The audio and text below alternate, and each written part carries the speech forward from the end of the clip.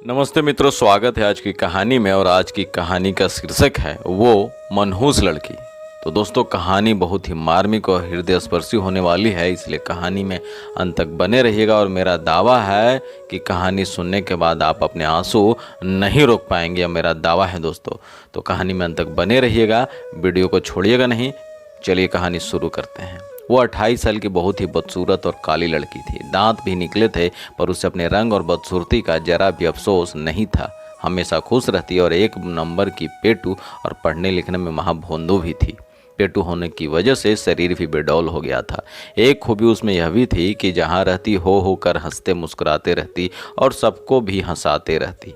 उस नेक दिल लड़की का एक शौक भी था खाना बनाने का। खूब मन से खाना बनाती, बड़े चाव से मसाला पीसती, खाना बनाने की किताबें खूब ध्यान लगाकर पढ़ती, टीवी रेडियो पे भी पाक कला के प्रोग्राम को बड़े मनोयोग से देखती सुनती। उसे कोई भी खाना बनाना होता तो बड़े प्रेम से बनाती। आटा गूंथती, बड़े प्यार से गीत गुनगुनाते हुए कम आंच पे पूरियाँ तलती। सब्जी, चटनी, खीर हो या मटर पनीर, सब कुछ लाजवाब बनाती। जो भी उसके खाने को टेस्ट करता बिना तारीफ किए ना रहता। उसने पाक कला में अद्भुत और असाधारण प्रतिभा हासिल कर ली थी, पर वह मनहूस थी। उसके काले रंग और बदसूरत होने से उसे कोई भी प्यार न करता था। पर माँ उसे बहुत प्यार करती थी। उसकी माँ उसे बहुत प्यार करती थी। आज तक माँ ने उसे डांटा तक नहीं था, और वह भी माँ से बेहद प्यार करती थी। हर बार की तरह आज सुबह भी उसकी शादी के लिए जो लोग आए थे उन सबों ने खाने की बहुत तारीफ की, लेकिन लड़की को देखकर नाक मुंह सिकोड़कर चले गए। वह लड़की भी तैयार होकर किसी को कुछ बताए कहीं चली गई। बिना कुछ बताए कहीं चली गई। शाम में जब वो लौटी तो घर का माहौल बहुत गर्म था। पिताजी माँ पे बहुत गुस्सा हो रहे थे। बोल रहे थे, पता नहीं कौन से पाप के बदले यह मनहूस लड़की मुझे मिली है। पिता से प्रायः यह सब सुनती थी, उसे कोई असर न होता था। पिता से ये बातें वो हमेशा सुना करती थी, पर उसे कोई इसका असर नहीं था। वह बहुत खुशी खुशी आज माँ के पास आई, कुछ बताने को गई और कहा, बड़ी भूख लगी है माँ, कुछ खाने को दो पहले।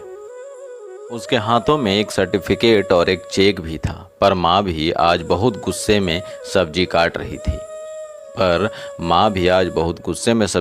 रही थी। उसके तरफ देखे बिना ही बोली, तू सचमुच मनहूस है रे, काश पैदा लेते ही मर जाती तो आज ये दिन न देखना पड़ता।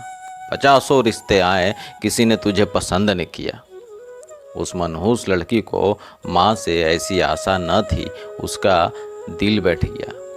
उस मनहूस लड़की को माँ से ऐसी आशा न थी कि माँ ऐसा बोलेगी। इतना सुनते ही उसका दिल बैठ गया और उसकी खुशी उड़ गई और उदास होकर माँ से बोली, क्या बोलती है माँ, मैं सचमुच मनहूस हूँ, क्या मैं मर जाऊँ?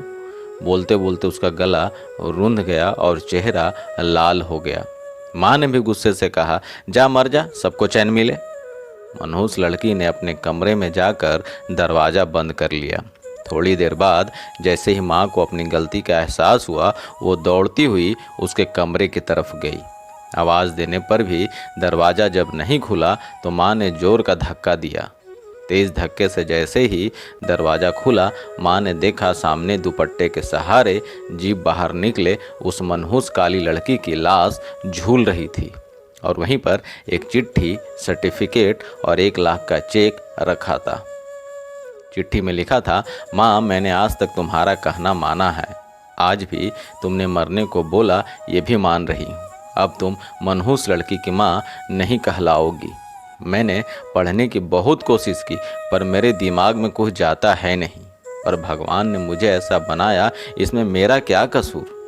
मुझे सबने काली, मनहूस, भोंदू सब कहा। मुझे बुरा न लगा माँ, पर तुम्हारे मुँह से सुनकर मुझे आज बहुत बुरा लगा मेरी प्यारी माँ। और हाँ, आज नेशनल लेवल के खाना बनाने वाली प्रतियोगिता में मुझे फर्स्ट प्राइज और 1 लाख का चेक मिला है, और साथ में 5 स्टार होटल में मास्टर शेफ की नौकरी भी।